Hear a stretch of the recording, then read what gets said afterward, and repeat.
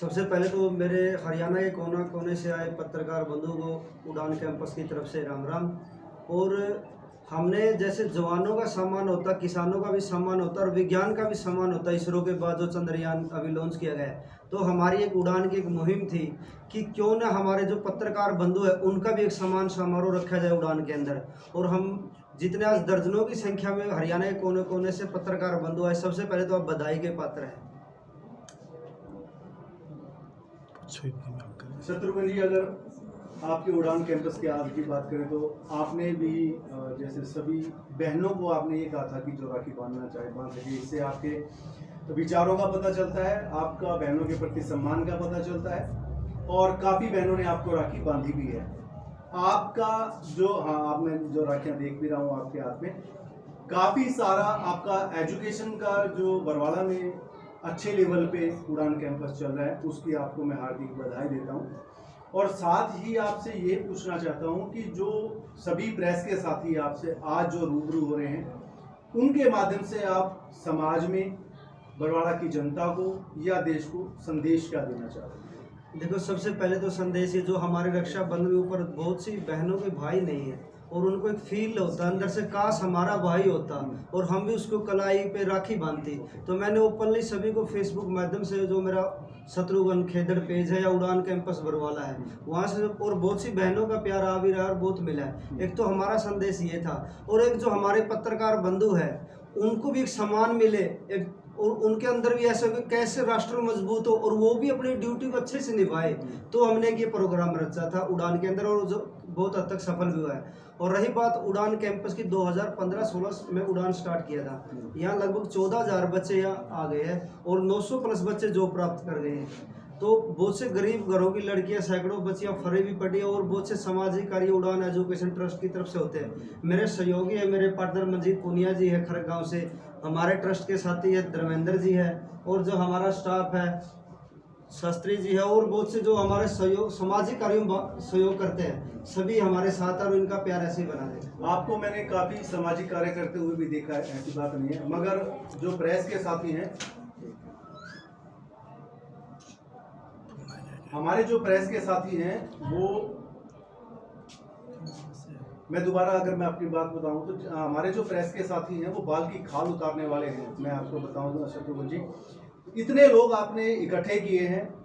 जहां तक आप अपने हिसाब से तो बता रहे हैं कि आप समाज सेवा कर रहे हैं, मगर प्रेस के साथी ये भी सोच रहे हैं या सोच सकते हैं कि आप एक पब्लिसिटी, स्टंट पब्लिसिटी इकट्ठा करने की कोशिश कर रहे हैं। क्या कहेंगे सर? नहीं सर, देखो मैं ईमानदारी, अब देखो अंदर भगवान होता है। मैं मेरी फील की बात कर रहा हूँ, मैंने ओपनली बोला 11 बजे रात को ये आ कि सभी का सम्मान होता है। क्यों ना जो आज मीडिया के बारे में अनाप शनाप बोला जाता है, ये मीडिया वो मीडिया, और मैंने मीडिया कर्मियों को पत्थर खाते हुए, उनके कैमरे टूटते हुए देखा और मरते हुए देखता है, तो इनका तो सैल्यूट एक बनता है। इसलिए सम्मान था। मेरे मन में ऐसी कोई भावना नहीं पब्लिसिटी की, बस एक आपके प्यार, आपके सहयोग और आपका सम्मान के लिए एक छोटा सा प्रोग्राम रखा।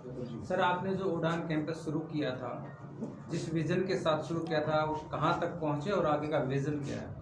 हमारा विजन था, जैसे हमारे आसपास जो बरवाड़ा, यहाँ के 40-50 गाँवों के जो बच्चे हैं ना, तो वो बड़े बड़े शहरों की फीस दे पाते हैं, और खासकर बेटियों को जो बसों की प्रॉब्लम होती है, उनके साथ जो बदतमीजी होती है, हमने एक संकल्प लिया था कि हम बेटियों को यही जो शिक्षा है और जो फीस की कमी उसको न होने दे, और वो हमने प्रोवाइड करवाई बेटियों को। शत्रुघ्न जी, आपने आज के कार्यक्रम में घोषणा की थी कि 1000 लोगों का एक ऐसा सभागार बनाएंगे, तो वो कब तक आप उम्मीद करते हैं?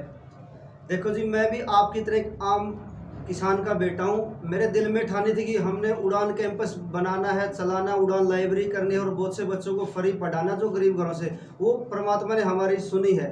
और आज जो आपका प्यार है और जो इतने बच्चे हैं, मैंने कुछ नहीं बोला, परमात्मा से आवाज़ आएगी, काश 1000 बच्चों की बैठने की जगह सभी पत्रकार है, कोई किसान है, मजदूर का जो सम्मेलन हो, उसके ऐसा एक सभागार हम बनाने की कोशिश करेंगे भविष्य में।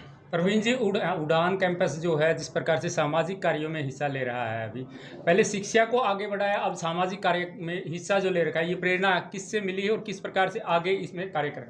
अभी देखो, प्रेरणा स्रोत तो ये कि मेरे पापा भी एक किसान है और मैं भी कोई लैंडलॉर्ड बड़े घरों से नहीं आता। मैंने देखती है, गांव से आता हूं तो मैंने फुटपाथ पे गरीब लड़कियां देखी है, गरीब भिखारी देखे है और लोगों की प्रॉब्लम देखी है, तो बस उन्हीं से सीखा है मैंने। और जो हमारे साथी धर्मेंद्र जी, अमनदीप जी है, ये भी काफ़ी अच्छे विचार लेके आते हैं। तो सारी जो बैठ के हम डिस्कस करते हैं और जहाँ जिसको प्रॉब्लम होती है हम वहाँ पहुँच जाते हैं। धर्मेंद्र जी, रक्षाबंधन के उपलक्ष्य में आज कार्यक्रम किया गया। आज की युवा पीढ़ी, लड़के या लड़कियों की बात करें तो उनको क्या संदेश देना चाहोगे भविष्य के लिए? संदेश तो यही है, पढ़ने वाले बच्चे अपने एजुकेशन पे ध्यान दें, वही सबसे बड़ा हथियार है। और आज या आगे आने वाले समय में जो एक मान सम्मान दिला सकते हैं वो शिक्षा ही है। अगर हमारे पास नॉलेज, हमें किसी के पास हाथ फैलाने की जरूरत नहीं है। हम अपने अधिकार को अगर जानने वाले हैं तो हम खुद कमा के खा सकते हैं, दूसरों को भी अच्छा राह दिखा सकते हैं। एक टीचर होने के नाते हम देखते हैं कि एक टीचर को एक समाज के तौर पर देखा जाता है, एक समाज का आईने के रूप में देखा जाता है भी कैसे वो कार्य करता है, कैसे उसका रहन सहन है, जिससे दूसरे उसको कॉपी करें। तो हम भी ये कोशिश करते हैं कि अच्छे विचार दें ताकि बच्चे उनको अडॉप्ट करके अच्छे मजीद जी, मैं अगर आपसे बात करना चाहूँ तो जैसे आपको पता है सरकार ने 9 से लेकर +2 तक सभी बच्चों को एक टैब दिए हुए हैं और सरकारी स्कूल में अगर बात करूँ और काफ़ी बच्चे उस टैब को यूज़ भी कर रहे हैं। तो आपको नहीं लगता कि उसमें से कुछ बच्चे उसका गलत प्रयोग भी कर रहे हैं? बिल्कुल जी, देखो जैसा कि सरकार ने तो अपने पॉजिटिव मंशा से दिए थे, लेकिन वही चीज़ आती है तो उसकी पॉजिटिव इफेक्ट भी होते हैं और नेगेटिव इफेक्ट भी होते हैं। अब देखने को गाड़ी आई है, हमारा यातायात आसान बनाती है, लेकिन एक्सीडेंट भी होते हैं। तो वही सरकार ने सोच के किया था कि बच्चों को, जो बच्चे कोरोना के, खासकर कोरोना टाइम में ये चीज़ें आई थी कि बच्चे स्कूल नहीं आ पाते, तो उनको एक एजुकेशन मिल सके इस ऑनलाइन माध्यम से। लेकिन उसका बच्चे बहुत मिसयूज भी करते हैं, जिन जैसे पेरेंट्स को नॉलेज नहीं होती, बच्चे अपने गेम्स वगैरह या कुछ और चीज़ें, काफ़ी जो अनयूजफुल चीज़ें हैं वो नहीं करनी चाहिए, वो करते हैं। तो इसका एक नुकसान भी है। तो दोनों ही चीज़ें साथ के साथ होती रहेंगी जी। शत्रुघ्न जी, आपको पता है जींद गांव के, जींद शहर के आसपास कई गांव ऐसे हैं जिसमें कई गांव की पंचायत ने सरकार से वो टैब वापस लेने की गुहार लगाई है, क्या कहेंगे? देखो सर, मजीद सर बोल रहे थे काम तो पॉजिटिव था सरकार का, लेकिन जो हमारे छोटे बच्चे, अब बच्चे को ये पता नहीं होता कि आपको किस रास्ते पे जाना है। उसके सामने दो चीज़ें हम परोसेंगे या सोशल मीडिया को जो सामने आएगा वो उन चीज़ों को फॉलो करेगा। और बहुत से पेरेंट्स ने बच्चों को गलत हरकत करते हुए, गलत वीडियो देखते हुए पकड़ा है, तभी वो मांग उठी। और देखो, जो सरपंच बनता है वो सारे गाँव का एक सरदार होता है। यदि वो कुछ डिसीजन लेता तो सारे गाँव की सहमति से लेता है। काफ़ी पंचायतों ने इसको बंद किया है। मेरे हिसाब से बच्चों को सोशल साइट से दूर रखना चाहिए। उनको हमारे सांस्कृतिक प्रोग्राम है या जो एक सामने बैठकर जो शिक्षा दी जाती है वो बहुत अच्छी होती है। ज्यादातर अगर किताबों से जोड़ा जाए ना बच्चों को, जो हमारी पहले की शिक्षा थी, जो स्थायी ज्ञान बोलते हैं जिसको, अगर इस प्रकार की टैब का ऐसे इस्तेमाल भी किया जाए तो किसी एक्सपर्ट की उसमें किया जाए, देख रेख में किया जाए, ताकि उसके बच्चे मिसयूज। या ये हो सकता है कि पॉजिटिव, जैसे बच्चे टैब का यूज करते हैं तो या तो टीचर गाइड करे या पेरेंट्स गाइड करे कि कुछ टाइम तक करे, जब तक पेरेंट्स उनके पास है कि आप स्टडी से रिलेटेड करो, बाकी 2 या 3 घंटे के बाद पेरेंट्स अपने पास रखने टैब। या ये हो सकता है कि जैसे स्कूल में ही टैब देके और हाँ वापस ले लिया जाए, ये भी। हाँ, क्योंकि कोई जिम्मेवार या मतलब बड़े जो पद पे हैं उनकी निगरानी में किया जाए तो पॉजिटिव रिजल्ट आएंगे। नहीं तो बच्चों को पता नहीं कि उसका यूज कैसे करना, वो नेगेटिव यूज भी ज्यादा करते हैं। अगर पेरेंट्स या टीचर की देख-रेख में होगा तो ये पॉजिटिव रिजल्ट आएंगे इन चीजों के। मैम, अगर मैं आपसे बात करना चाहूँ तो आपके इस कैंपस में आप काफ़ी लड़कियों से रूबरू होते हैं, काफ़ी लड़कियाँ सभी तरह के स्वभाव का आपको पता चलता है।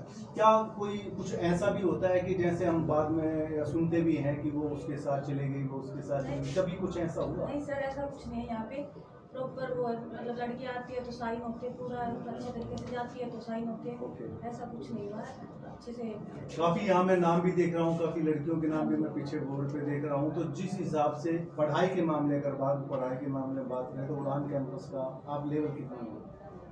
ये आपको पता ही है सर, मतलब यहाँ आसपास के एरिया में सब नंबर 1 है उड़ान कैंपस। और वो अगर कुछ किया है तभी है, वहीं पर बच्चे रिजल्ट देते हैं तभी नाम है। शत्रुघ्न जी, आज आपने पत्रकार सम्मेलन किया है, आप पत्रकारों से क्या अपेक्षा रखते हैं समाज के प्रति? देखो, आज जो पत्रकार सम्मेलन था उसके एक सम्मान में मैं पत्रकार बनूंगा, एक ही बात कहूँगा कि आप लोकतंत्र का चौथा स्तंभ है।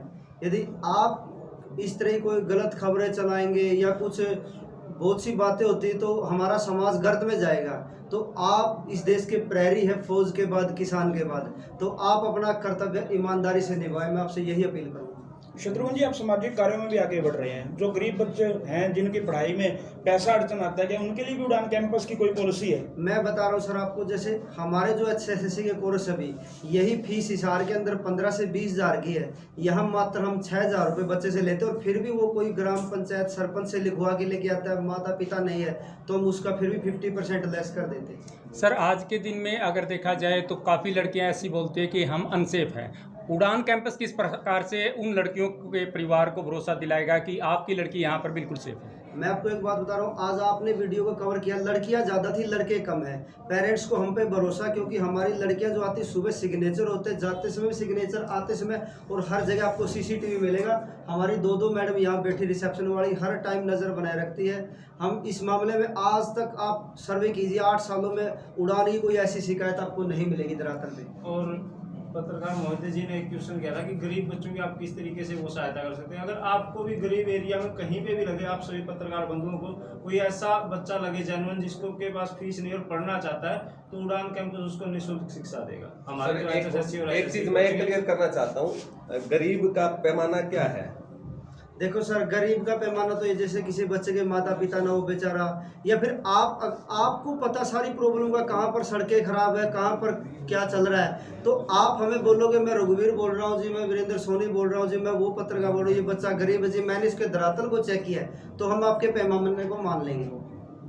क्योंकि हम अगर यहाँ जरूरतमंद अगर शब्द इस्तेमाल करें, क्योंकि हो सकता है उसका मकान पक्का हो, उसके सब कुछ उसके पास हो, लेकिन समय के उस समय अगर उसकी ये व्यवस्था ना हो कि उनके पास आर्थिक रूप से वो सक्षम हो, तो यहाँ जरूरतमंद शब्द का अगर इस्तेमाल किया जाए तो ज़्यादा ठीक रहेगा। ठीक है sir, okay sir, thank you. जो ग्रामीण सरपंच है वो पैमाना ही है और क्या है? जो गाँव का बंधु हरियाणा के कोने कोने से आए, आपका तहे दिल से धन्यवाद। और हम आगे भी ऐसा प्रयास करेंगे कि आपके विश्वास और आपके सहयोग ऐसे ही हमारे ऊपर बना रहे, और हम आपके साथ हैं। जय हिंद, जय भारत। ठीक है sir, thank you, really thank you sir. एक बार